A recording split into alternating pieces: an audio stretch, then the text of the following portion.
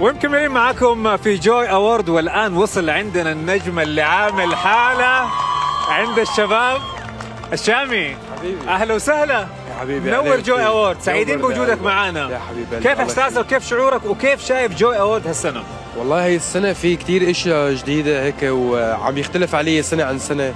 اسم الله على كل الأصعدة. هي أول شغلة. الشغلة الثانية كتير مبسوط بالناس اللي بنحبهم وهالنجوم اللي موجودين هون منورين الدنيا. شامي، تعرف وانا قاعد احضر الجوي أوورد قلت اقول الشامي ولا دكتور؟ ايش اللي تحب؟ اعطينا من الاخر. شو رأيك نبلش بيا ليلو يا العين مثلا؟ ليلو يا عين.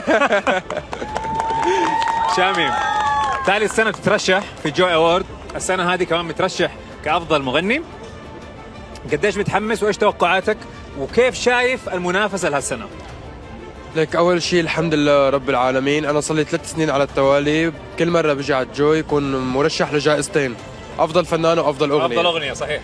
فالحمد لله رب العالمين بمجرد تواجدي على قمة الأغنية العربية بكل سنة بالترشيحات، هذا شيء شرف لإلي، والباقي على الله والاجتهاد. يعني أنا حسألك سؤال أمانة، هذا ممكن يعني أبعرف شعور كل نجم شاب يشعر فيه. اليوم أنت تتنافس على الجائزة مع فنان كبير زي فضل شاكر، قامة فنية، إيش شعورك؟